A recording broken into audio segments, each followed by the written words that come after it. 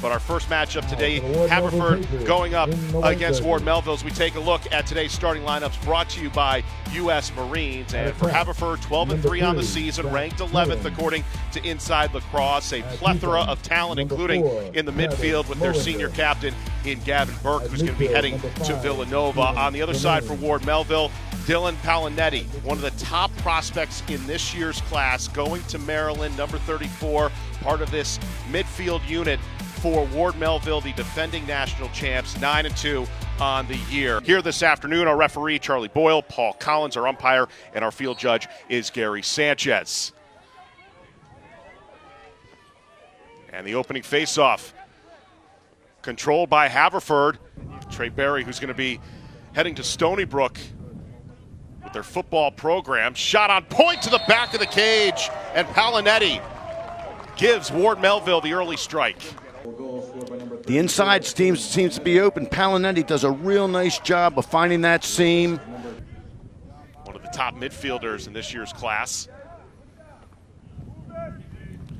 Ward-Melville's got Patrick O'Leary, long stick on Garno. So the goal strike evens it up at 1. Garno could really bring it on offense, and here he is playing against that long stick. And John Nostrand, he is an excellent coach, but he's an outstanding mentor. He understands the importance of teaching your kids the big picture. And the big picture here, a shot to the back of the cage as Ward-Melville strikes once again. Rocco Barbario, the junior. Starts with a good strong dodge. Good look to the backside there.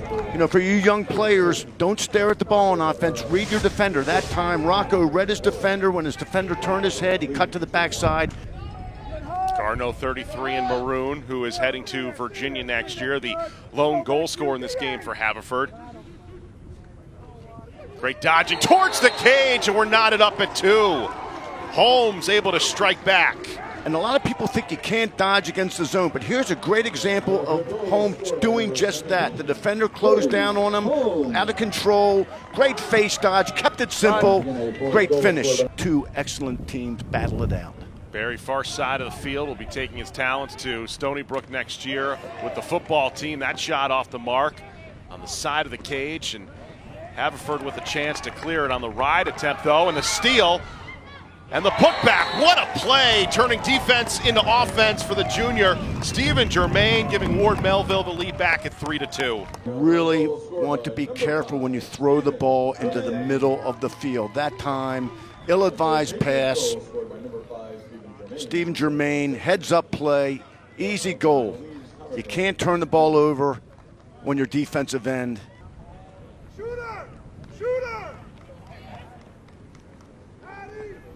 One thing you notice too, Coach, as well, is the great footwork as well. For the open shot is Garno with his second tally of the day, and we are all tied up this time at 3.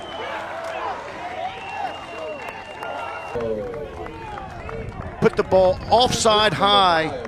Take the lead time and time again in this game, and yet they've been answered by Haverford for the 3rd time, evened up at 3. Well, we saw it earlier. They're going to the 2-man game, the pick game, but they have to be more in tune to one another. As Germain comes up with an answer on the bounce shot, his second goal of the day, and how quickly does Ward-Melville answer in the form of the junior attackman.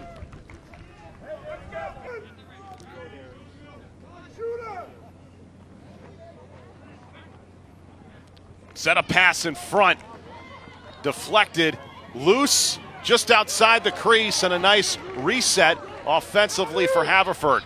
Quick dump out pass, shot on the run, and we're starting over once again, this time at 4. Heart and soul of this team, and number 16, Jack Leary, the junior midfielder for the Fords. Palinetti, one of the goal scorers. Heading to Maryland.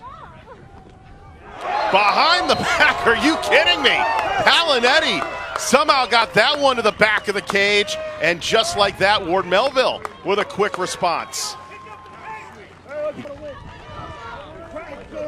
But went for the little rocker step. All right, you got to get your body on the left hand.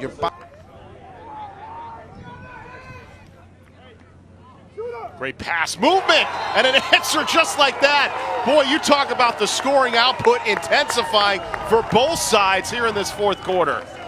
Nice little pick play there to free up his right hand. Excellent shot off hip side. Nice play there by the Haverford squad.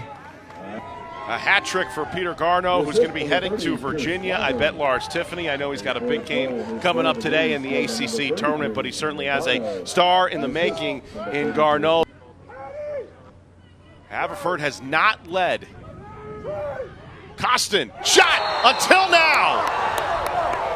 The Utah commit has given Haverford a 6-5 lead with just over 13 seconds left.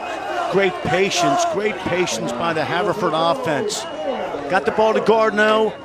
They switched a long stick to him. He gave the ball up.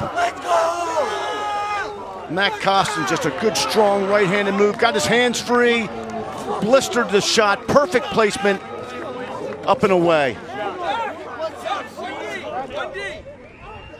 And the question is, can Haverford hold on in the final seconds? Out of the timeout, the stick check from behind, and that will do it. What a come-from-behind win for Haverford. They come to St. Anthony's, and they knock off the defending national champs in Ward-Melville. What a great game to start this weekend.